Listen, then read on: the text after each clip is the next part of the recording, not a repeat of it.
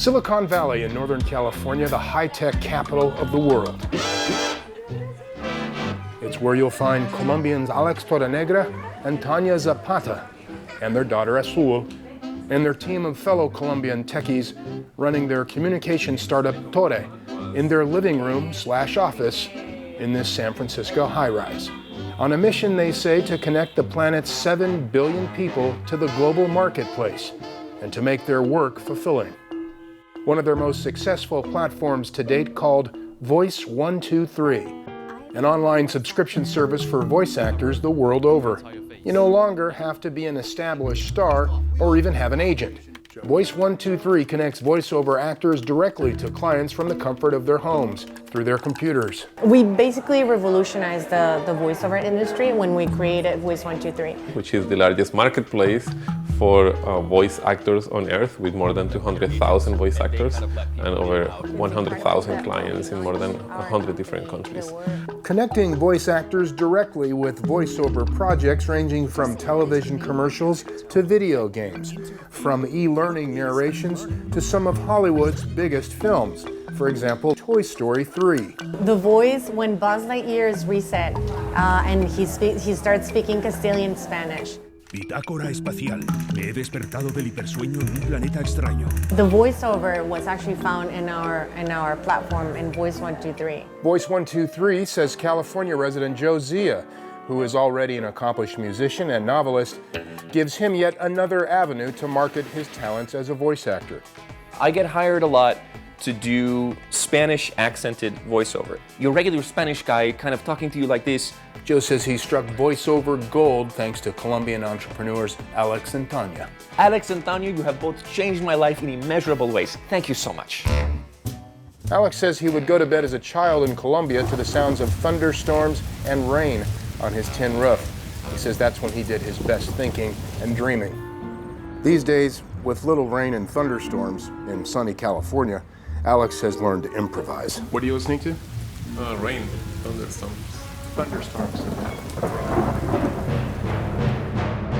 Dun, dun, dun, dun, dun, dun. When people ask me what's my goal in life, I usually recall a quote from my favorite movie, 2001: Space Odyssey, where the red eye computer says, I am putting myself to the fullest possible use, which is all I think that any conscious entity can ever hope to do. I love the idea of being geek and nerdy and at the same time being successful. From one self-proclaimed geek to another. You know, I was a bit geeky, I guess, as a high school student. Puerto Rico-born artificial intelligence specialist Charlie Ortiz is with Nuance. Nuance. My name is Siri. The company responsible for Siri's voice recognition technology used by hundreds of millions of iPhone users around the world. Where would you like to go? The mission, Charlie says, is to keep improving a computer's ability to interact with humans. Computers to talk like you and I and have conversations. Right now, Charlie and his team are developing more conversational ways to ask for a restaurant of your choice. For example, instead of simply asking, "Find a steak restaurant," Charlie's testing more casual commands such as, I feel like an expensive steak tonight. I feel like an expensive steak tonight. Okay, check it out. And it actually understood it remarkably. It could tell, it could understand that feel has different senses. You know, there's the feel of touch, there's the feel of being in the mood for. All these senses of feel, and the machine was able to understand that meant I was in the mood for an expensive steak. And it went off and looked for restaurants that were known for steak and that were, upscale. And that was kind of fun to watch that. In the past, telling a computer you feel like an expensive steak would have the computer thinking you are the steak. The computer could have said, "Oh, well, would you like some steak sauce on yourself?" Right, exactly. Or it could have just said, well, I hope you feel better and get over that by tomorrow, right?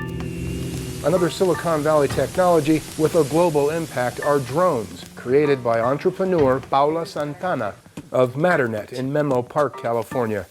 Drones that, once flying regulations around the world become less restrictive, will be carrying humanitarian aid and medical supplies to remote destinations.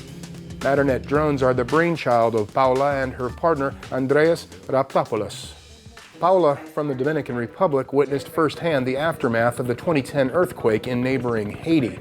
She envisioned drones transporting medical supplies and food to people around the world who are cut off by bad roads and infrastructure to serve them in their remote villages.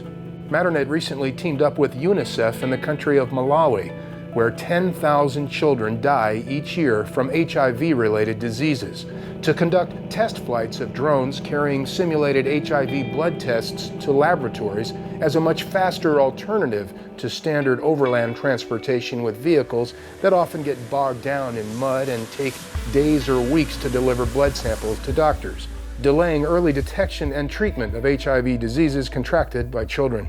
I just grew up seeing people, my people, helping people.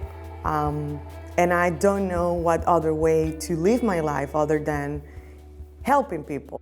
And yet Paula Santana is concerned her important work may become bogged down by the divisive debate over immigrants in the U.S. A new political climate, she says, that may not bode well for Latin Americans in Silicon Valley. For example, it did not go unnoticed by Latin American entrepreneurs when President Donald Trump recently invited Silicon Valley's so-called best and brightest for a visit, and none were Latinos, African Americans, or Asians. So I do not see a path for massive input, especially from the Latin community, especially now. Like, I'm not gonna say I feel unsafe in the United States, but I feel discriminated. I feel that it will take me longer to have a conversation where people is not looking at me if I'm Latin, if I'm woman, and people will just look at the idea and look at the technology and look at the facts of the things we're building. We have a 22 people company, we have revenue, we have investors. We are legit. According to the Hispanic Foundation of Silicon Valley, Latin Americans make up 30% of the population here, yet only 3 to 5% find jobs in high tech, compared to Indians or Asians in Silicon Valley, who often make up 50% of a company's workforce. Indians and Asians who often find it much easier to obtain work visas than their Latin American counterparts. Work visas that can cost upwards of $5,000 each when you add up processing fees, and that's if you can even find a sponsor willing to hire you. This is for me a very touchy subject. It's like you have all these Latin Americans. You know how much does a work visa cost? By the time you get here and you get the visa to be able to create jobs here in the United States, like if you want to do it by the book, if you want to follow, every procedure, it's so freaking difficult. Like, you should just go back. Coming from Latin America tends to be very difficult for most people because of the really outdated immigration rules that the U.S. has. It's pretty much impossible to move to the U.S. Today unless you win the lottery in your country. Alex Torrenegra says he might never have made it here had it not been for meeting and marrying his wife Tanya, who had already become a U.S. citizen. I was lucky, quite lucky, because when I came to the U.S., initially I actually didn't have a plan for staying long-term because of the visa issues. And I ended up co-founding a business. That business did well. We ended up hiring people. But even though we were creating employment here in the US, I couldn't stay legally. I couldn't actually even legally work for the company that I had co-founded. Until after he had become a U.S. citizen. And at first, Alex says he sensed some investors seemed apprehensive to invest in a Latin American-run startup company. When we got started, we did believe that there were challenges with xenophobia, people not necessarily liking immigrants here in the US, changing the way their industries worked. But we quickly realized that xenophobia wasn't really an issue. Silicon Valley in particular is really strong with meritocracy, meaning people achieve their goals based on how good they are. A Wall Street Journal report recently revealed that in Silicon Valley's top 10 companies, Latinos and other minorities make up 30% of management positions. At least these were the numbers during the past 8 years with Barack Obama running the country. It's unclear whether Hispanics can expect to be hired for more management positions going forward. It's very discouraging, and it makes you wonder, do I have what it takes? Like, do I have what it takes to come to America and